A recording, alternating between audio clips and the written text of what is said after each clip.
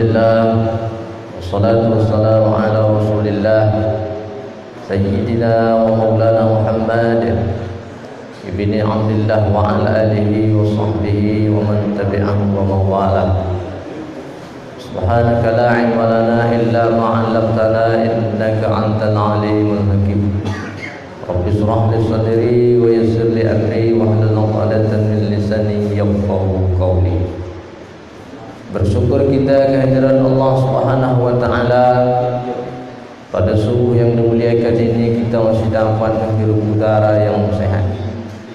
Kita masih dapat hadir bersama di rumah Allah dalam satu rangkaian gerakan salat subuh berjamaah. Mudah-mudahan dengan gerakan ini menjadi asbab kita nanti dipersatukan Allah di tempat yang sangat luas, seluas mata memandang, yakni adalah di padang mahsyar Allah Subhanahu wa taala. Berselawat kita kepada Nabi Muhammad sallallahu alaihi wasallam. Dialah yang menyatukan kita. Kita tidak satu ibu, kita tidak satu ayah, kita tidak satu suku, tapi kita beda kulit dan warna. Tapi beda itu tidak membuat kita patah. Perbedaan itu tidak membuat kita hancur. Perbedaan itu tidak membuat kita sombong angkuh di hadapan Allah Subhanahu wa taala. Karena kita disatukan dalam kalimat, yakni adalah kalimat la ilaha illallah. Kita ulangi, la ilaha illallah.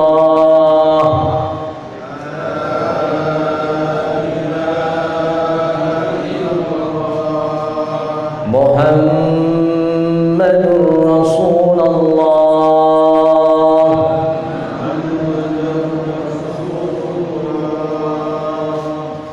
Ketika seseorang mampu mengucapkan la ilaha illallah di akhir hayatnya, dulu ketika kita dilahirkan ibu kita, maka orang-orang yang ada di sekeliling kita mereka tertawa. Tapi di saat menghembuskan nafas yang terakhir, di saat itu kita mampu mengucapkan la ilaha illallah. Lakinu mautakum la ilaha illallah wa man kana akhiru kalamihi la ilaha illallah. Barang siapa yang di akhir kalamnya, di akhir ucapannya, dia mampu mengucapkan la ilaha illallah, dakhalal jannah, dia mudah masuk surga Allah Subhanahu wa taala. Maka di saat itulah orang-orang yang kita tinggalkan, mereka menitikkan air mata. Kenapa mereka menitikkan air mata? Karena kita meninggalkan mereka. Tapi ada yang lebih hebat daripada itu. Tatkala ada orang yang kita tinggalkan, mereka menangis luar biasa. Yakin dan percayalah bahwa itu akan menjadi petaka bagi yang sudah meninggalkan kita. Maka mesti harus kita lepaskan dengan keikhlasan.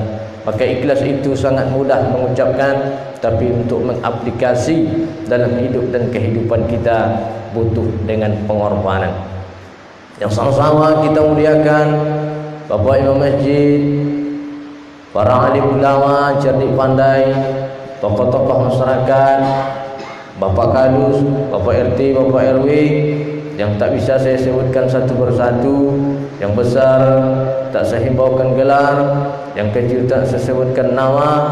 Mudah-mudahan kita semuanya dimuliakan Allah Subhanahu wa taala. Amin ya rabbal. Saya berterima kasih kepada pengurus GSSB yang sebelumnya sudah ditelepon beberapa hari yang telah lewat. Memang agaknya saya untuk menyampaikan tausiah pagi ini agak-agak apalah sedikit. Karena yang hadir subuh ini banyak, termasuk orang-orang tua saya, ada orang-orang ahli thariqah. Mereka hadir duduk bersama kita, tapi mereka tidak menunjukkan kehebatan mereka, tapi mereka hanya sekedar duduk bersama di hadapan kita.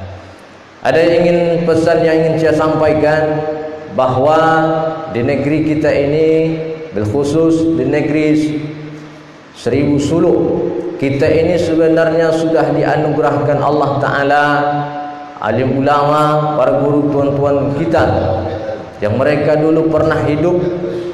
Siapakah mereka?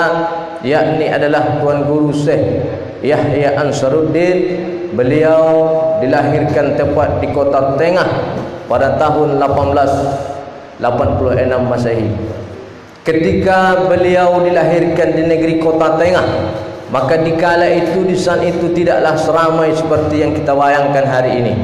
Tapi apa yang dia kembangkan? Yang dia kembangkan yakni adalah ilmu tariqah.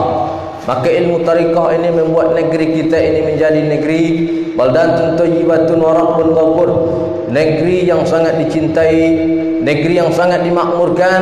Maka syaratnya mesti pertama adalah diisi dengan kalimat tauhid, la ilaha illallah.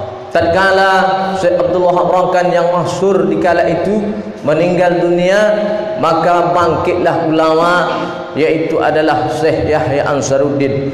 Maka ketika di saat itu pemerintahan Raja Luhak Kepenuhan, diangkatlah Tuan Syekh Yahya Ansaruddin menjadi Raja Penasehat.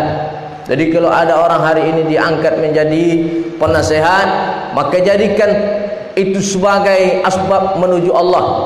Andaikan ada orang hari ini dia menjadi dokter, maka buatlah pekerjaan dokter itu menjadi asbab kita dimasukkan Allah ke dalam surganya.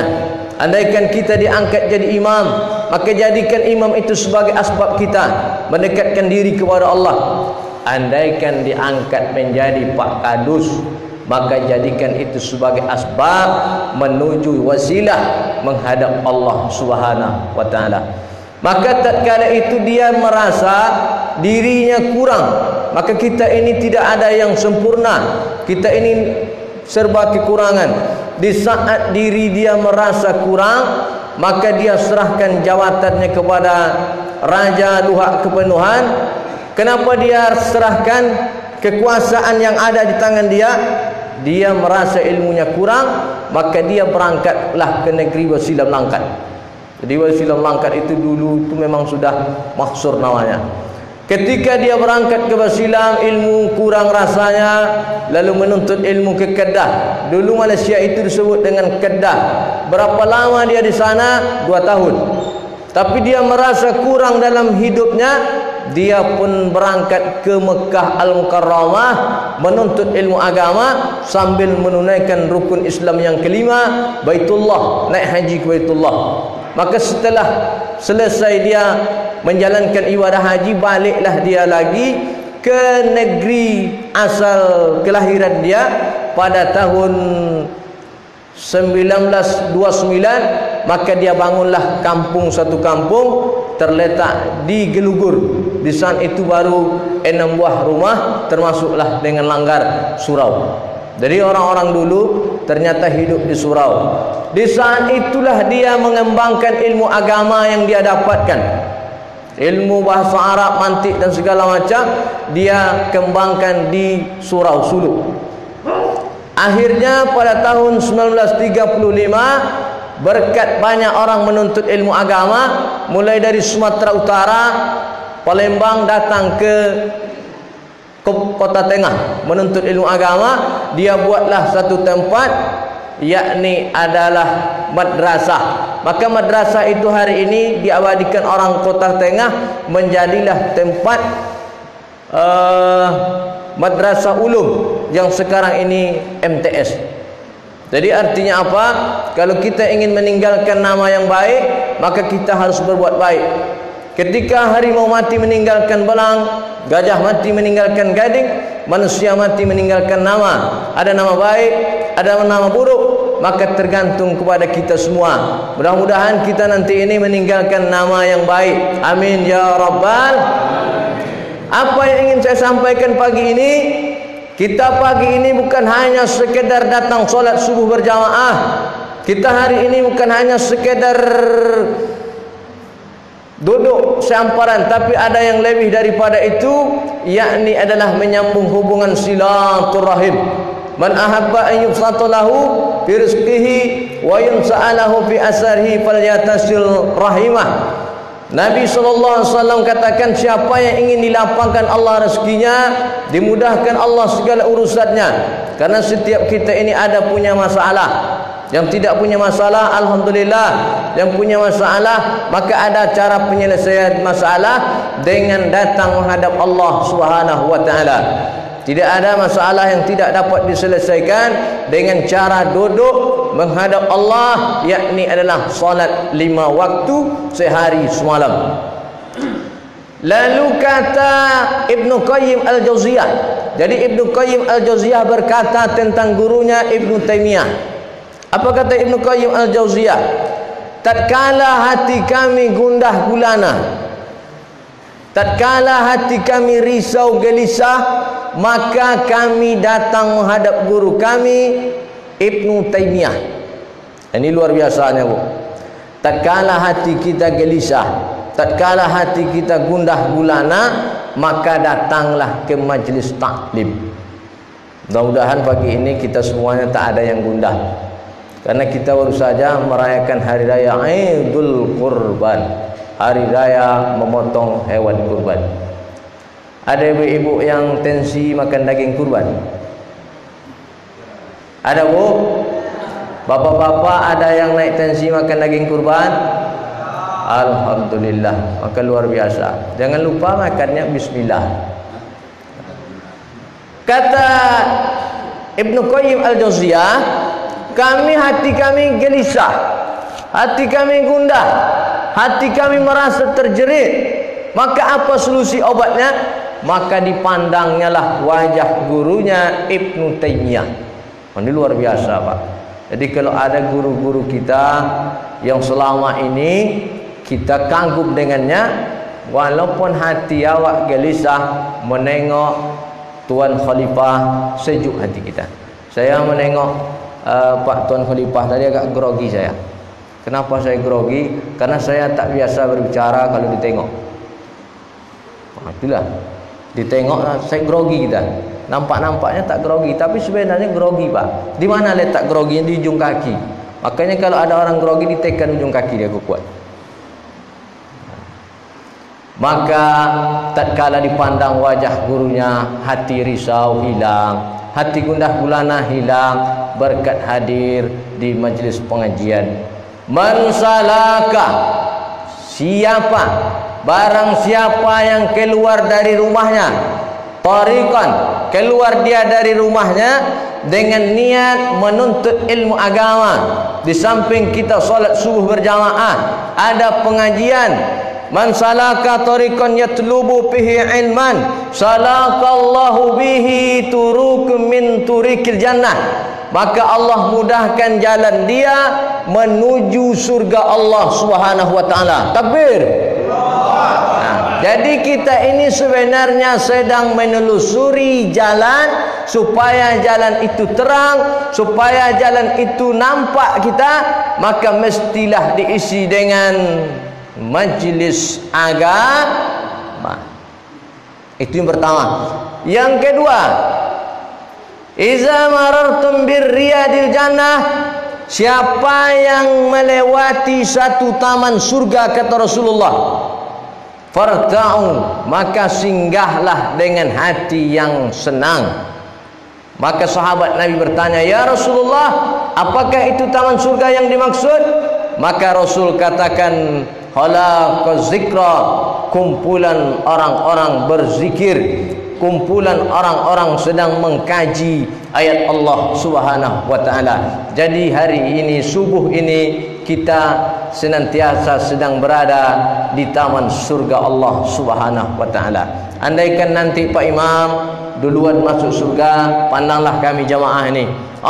Itu rupanya yang suka masbuk, alhamdulillah, mendingan masbuk daripada tidak. Nampak Pak Imam orang masbuk, oh itu masbuk dia, ya. Ya Allah, bantu dia masuk surga, ya Allah. Dibantu dengan saudara-saudara kita. Tapi ada yang lebih hebat, Bapak Ibu jamaah. Ketika kita masbuk, solat masbuk kita, biasa kita istiqomah ke masjid, ketika itu terlambat kita bangun, Allahu Akbar. Tadi Pak Imam baca surat Al-Kahfi ayat terakhir, Untuk apa baca payung ayat kahfi? Supaya kita dijaga Dajjal.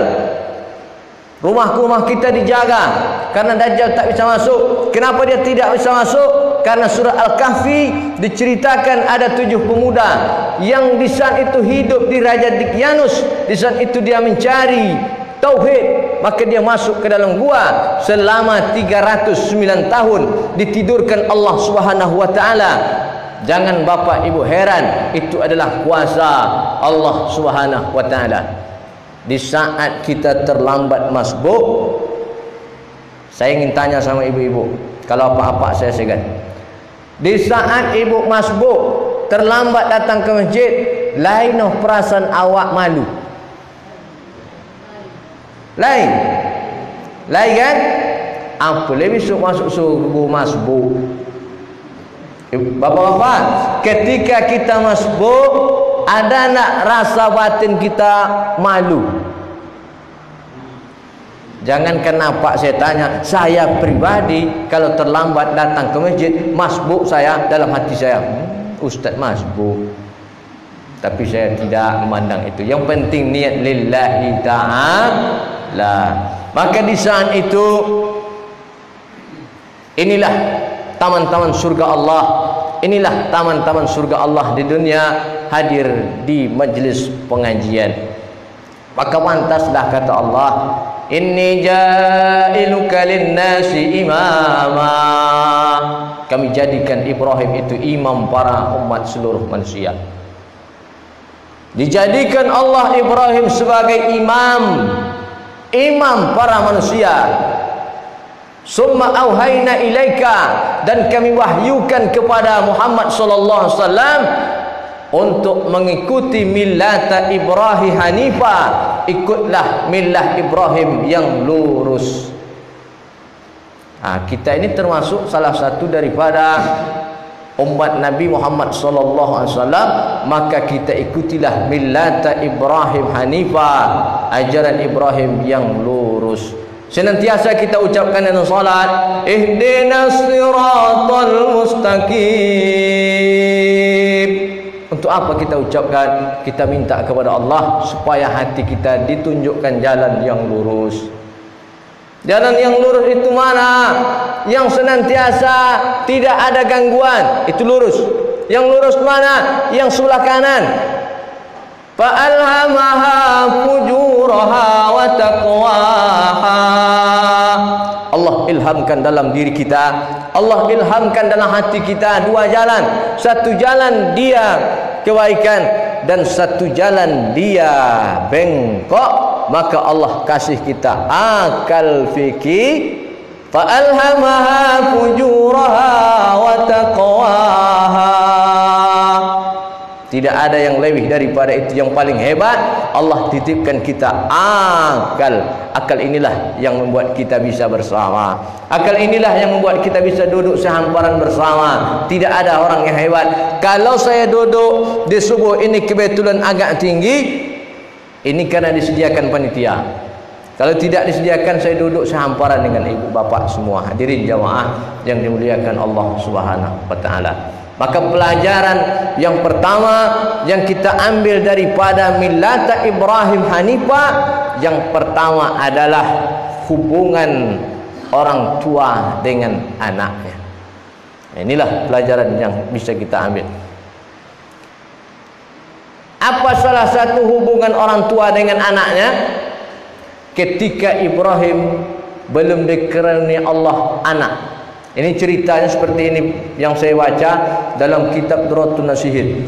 Tatkala Ibrahim diberikan Allah rezeki Ta'ala yang sangat luar biasa.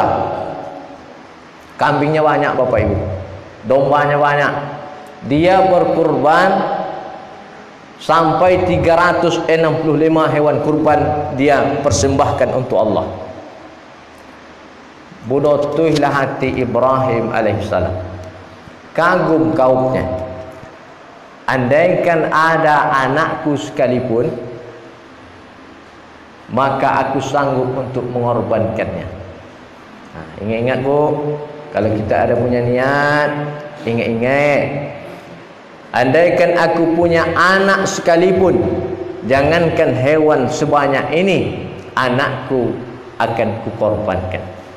86 tahun meminta kepada Allah. Dan ini doa senantiasa ibu baca, bapa ayahanda. Rabbi habli minas salihin, Rabbi habli minas salihin. 86 tahun bapak ibu minta kepada Allah, barulah dikasih Allah anak. Di saat dikasih Allah anak, sudah sanggup umur 7 tahun bersama Ibrahim, janji itu ditagih Allah. Janji yang pernah diucapkan dulu 86 tahun diingatkan Allah dalam mimpi yang sangat luar biasa. Maka malam itu dia bermimpi tepatlah pada tanggal 8 Zulhijjah, karena kita hari ini sudah berada di tanggal 12 Zulhijjah. Mimpi dia, Ibrahim berkata dalam hatinya, ini hanya mimpi bunga tidur saja. Tepatlah malam itu pada tanggal 8 Tarwiyah, maka makna Tarwiyah itu merenung dan memikirkan. Malam ke-9 tepatlah pada tanggal 9 Zulhijjah, mimpi itu pun datang. Maka kata Syekh Uwaid, Muhammad Uwaid, Arafah itu maknanya adalah memuliakan mimpi Ibrahim alaihissalam. Tepat tanggal 10 Zulhijjah, mimpi itu benar datang dari Allah, maka dia ceritakanlah kepada anaknya. Siapa nama anaknya, Bu? Kalau tak salah saya ada nama Pak Ismail di masjid kita ini. Itu kebetulan saja. Ketika dia ceritakan kepada anaknya, apakah Ibrahim berkata, wahai Ismail? Tidak. Kira-kira kenapa tidak dipanggilnya wahai Ismail? Kalau hanya dipanggil namanya, menunjukkan kasih sayang belum sampai ke dalam hati. Yakinlah ibu, kalau ibu panggil anak ibu, oh Antan Luno, siko mana lu? Dipanggil dia dengan nama Antan, tidak dipanggil dengan nama dia, Sonati ibu. Ya bunayya, inni ara fil manam anni asbauka fanzur maza tara. Wahai anakku tersayang, ya ayahku, aku nak bercerita. Sesungguhnya aku mimpi, dalam tidur itu aku diperintahkan Allah untuk menyembelih lehermu. Apakah Ismail itu berkata, tidak ayah, aku mau hidup bersama kawan-kawanku main layang-layang. Tidak ayah, aku ingin hidup bersama kawanku main handphone. Tidak. Apa yang dia katakan? Qala, berkatalah Ismail, ya abatim al ma tu'maru satajiduni insyaallah minas sabirin. Wahai ayahku, wahai bapakku tersayang, laksanakanlah perintah Allah. Mudah-mudahan engkau dapati aku termasuk orang-orang yang sabar, sabirin. Menurut akal saya, Ismail akan menjawab, tidak ayah. Di luar nalar Ibrahim alaihissalam terjawab sudahlah doa dia 86 tahun dulu. Rabbi habli minas salihin. Di saat itulah dia baru sadar doa yang dia panjatkan Allah. Di saat itulah Ibrahim menjawab, mudah-mudahan engkau dapati aku dalam keadaan orang yang sabar. Jadi apa hikmah di balik ini? Di saat hari ini kita minta kepada Allah, belum dikabulkan Allah, yakin dan percaya ada masanya, ada saatnya Allah akan memberikan yang terbaik dalam hidup kita. Di saat kita ditimpa susah, di saat kita terlena kehidupan duniawi, di saat itu Allah titipkan kita satu musibah, ambil pelajaran. Allah ingin mengajak kita, Allah ingin membuat kita lebih dekat dengan Dia. Itu maknanya. Tapi hari ini kita berterima kasih kepada setiap masjid, setiap gharib mengumumkan, Bilal ada acara diumumkan. Tapi ada sebagian orang ketika diumumkan dia tak mau mendengar. Ketika azan berkumandang dia tak mau datang ke rumah Allah. Ada satu kisah yang sangat luar biasa Bapak Ibu, satu komplek. Di komplek itu ada mahasiswa. Dia bertugas sebagai Bilal, memandangkan azan. Dikumandangkan dia azan, yang datang pemain inti saja. Imam, Bilal, makmum dua. Ini pemain inti. Entah apa yang membuat Bilal ini ingin menguji di komplek itu. Pada waktu subuh Ahad dikumandangnya azan Bapak Ibu. Hayya 'alas shalah.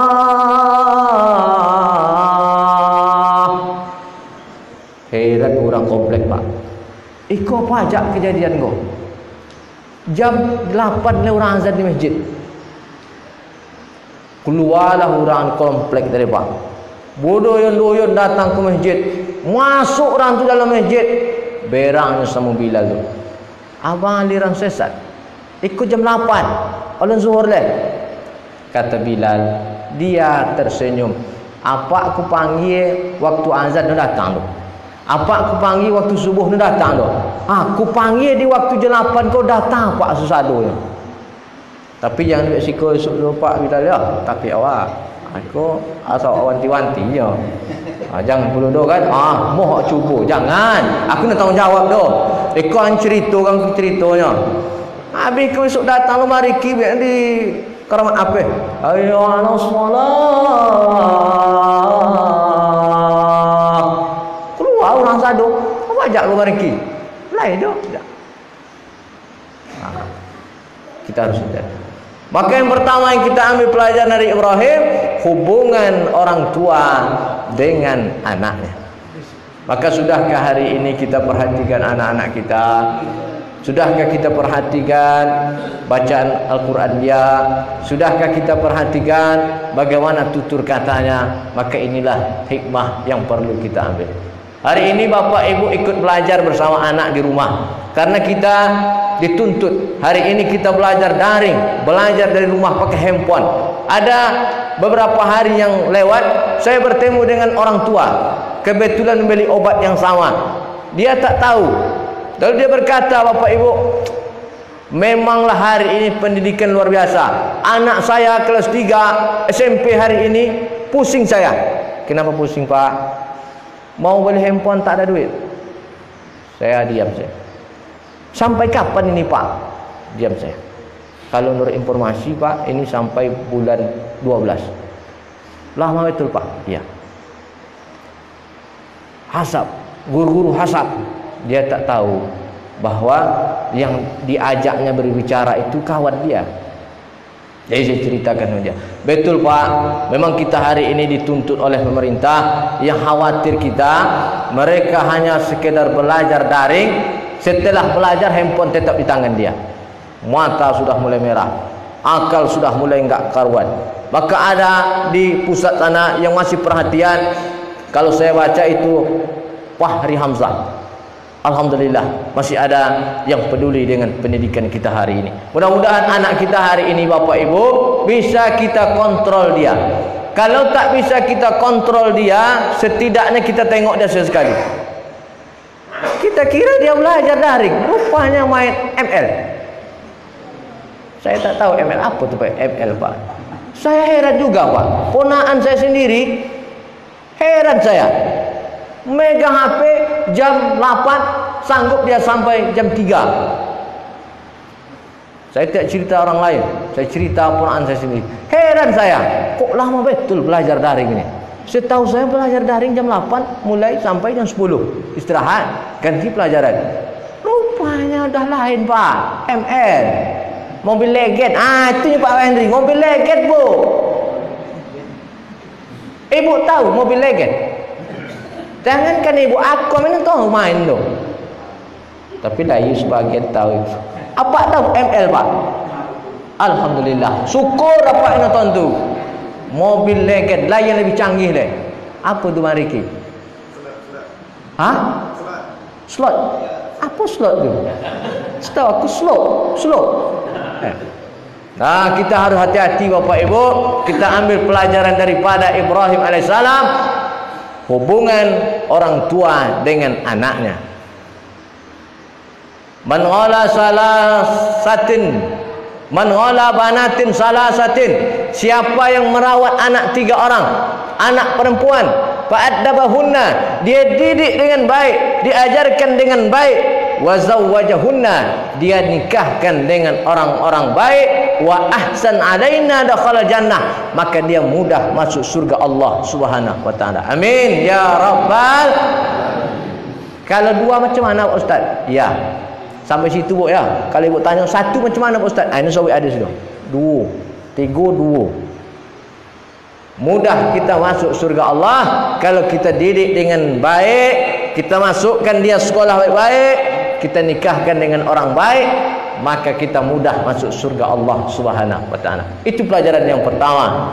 Pelajaran yang kedua, inni ja'iluka linnasi imama, daripada Ibrahim sebagai umat imam manusia. Yang kedua, ada hubungan usaha dan tawakal. Di mana letak usaha dan tawakal? Ketika Ibrahim di Syam, turun perintah Allah supaya balik ke kota Mekah, membangun Ka'bah bersama anaknya Ismail. Kalau disebut dengan Baitullah, berarti Allah menisbatkan nama dia, artinya rumah Allah. Bukan berarti Allah itu ada di rumah dia, tapi Allah ingin memuliakan Baitullah. Di saat Hajar dan Ismail dalam keadaan belum bisa berjalan, Ismail ditinggalkan di lembah tandus kering kerontang di Makkah Al-Mukarramah. Di saat ditinggalkan anak, di saat ditinggalkan Ibrahim anaknya Hajar dan Ismail, di saat itu Ismail sedang merengek, di saat itu Ismail sedang menangis membutuhkan air. Apakah Hajar langsung berdoa, ya Allah, anakku sedang menangis, ya Allah turunkanlah air hujan karena suamiku seorang nabi? Tidak. Hajar bukanlah wanita yang lemah, Hajar bukan wanita yang cepat putus asa, tapi Hajar tetap berusaha.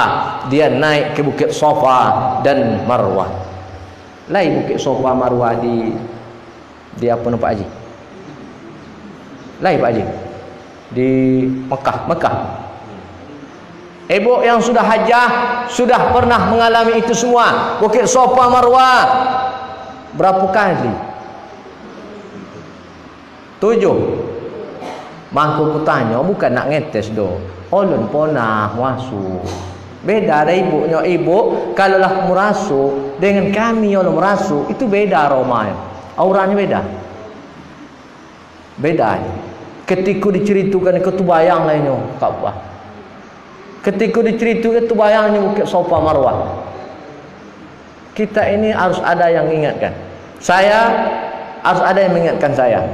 Karena kita ini tak selamanya tetap berada di jalan lurus. Ketika itu Hajar naik Bukit Safa Marwah, balik 7 kali. 7 kali Pak nih. 7 kali. Di saat air dicari di Bukit Safa Marwah, ternyata air tidak dapat dicari di tempatnya, malah air keluar dari tumit seorang anak yang belum bisa berjalan. Digesek-geseknya tanah, keluarlah air. Apa maknanya? Maknanya adalah Allah suruh kita dulu berusaha. Allah suruh kita dulu berusaha. Setelah kita berusaha, Allah tunjukkan hasilnya. Mana hasilnya?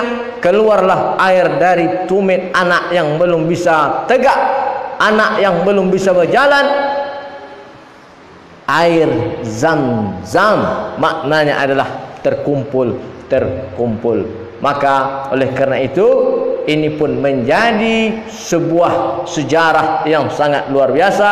Dan sampai hari ini anak-anak sekolah SD diingatkan bagaimana kisah Ismail alaihissalam, terbayang dalam kepala mereka, muncul air yang digesek dari tumitnya. Kalau Allah berkehendak mudah. Dalam surat Yasin ayat ke-80,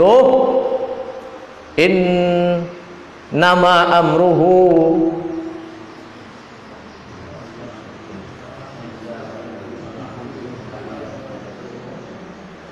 ni betul Pak dok, supaya awak bagi ke satu-satu, awak cubalah ibu-ibu tu dulu. Innama Pak, baik baru Pak. Innama amruhu iza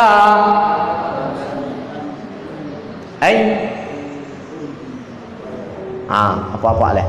Innama amruhu iza kun fayakun. Sulitkah bagi Allah? Tidak. Allah kun faya, luar biasa.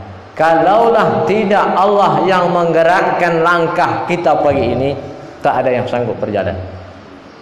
Berapa banyak orang yang ingin menunaikan ibadah haji, tapi keinginan kuat, sayang seribu sayang, uang tak ada. Betapa banyak orang yang sudah Allah berikan nikmat rezeki materi yang sudah ada, tapi panggilan hati dia belum ada. Ada satu persepsi, saya pernah baca buku Bapak Ibu, tapi ini mungkin bahasa kita, apa kenapa ini berangkat haji oleh soru? Oleh soru. Aku heran juga. Apa ngapain berangkat haji? Oleh soru deh. Soru macam mana itu? Padahal dulu Ibrahim ketika selesai membangun Ka'bah, Allah perintahkan dia, wahai Ibrahim, seru umat agar mereka datang ke Baitullah. Batu-batu pun berkata, lama Nabi Ibrahim menyeru manusia menunaikan ibadah haji. Agak ragu Nabi Ibrahim, ya Allah, siapa yang datang kau? Siapa yang datang, ya Allah? Jangan khawatir kau Ibrahim, nanti aku yang menyeru mereka, yang masukkan ke dalam hati mereka. Jadi kalau dikata oleh soruleh, dulu sudah diseru Nabi Ibrahim alaihissalam, tapi oleh panggilan hati yang berkata. Innallaha fil ardi ina, sesungguhnya Allah itu ada tempat di atas permukaan bumi. Ala wahiyal qalbu ghaira. Di mana letaknya? Di dalam dada manusia. Di mana itu? Hati manusia. Ada hati yang terbaik. Wa aslamuha, wa asfaha, hati yang suci. Wa aslamuha, hati yang keras. Wa arakuha, ada hati yang lembut. Maka kita pagi ke Bapak Ibu, hati kita sedang dilembutkan Allah. Karena apa? Karena kita mendengar takbir tadi, Allahu Akbar, Allahu Akbar, Allahu Akbar. Menetes air mata kita. Kenapa menetes air mata? Karena kita terbayang suasana. Kenapa kita mudah memaafkan orang? Karena hati kita dalam keadaan lembut. Lembut hati kita Bapak Ibu semuanya. Di saat kita mendengar takbir, menetes air mata kita. Di saat itu datang orang meminta maaf kepada kita, maka mudah kita memaafkan. Kita jawab tangannya. Kenapa kita mudah memaafkan dia? Karena di saat itu hati kita sedang lembut, dilembutkan Allah Subhanahu wa taala.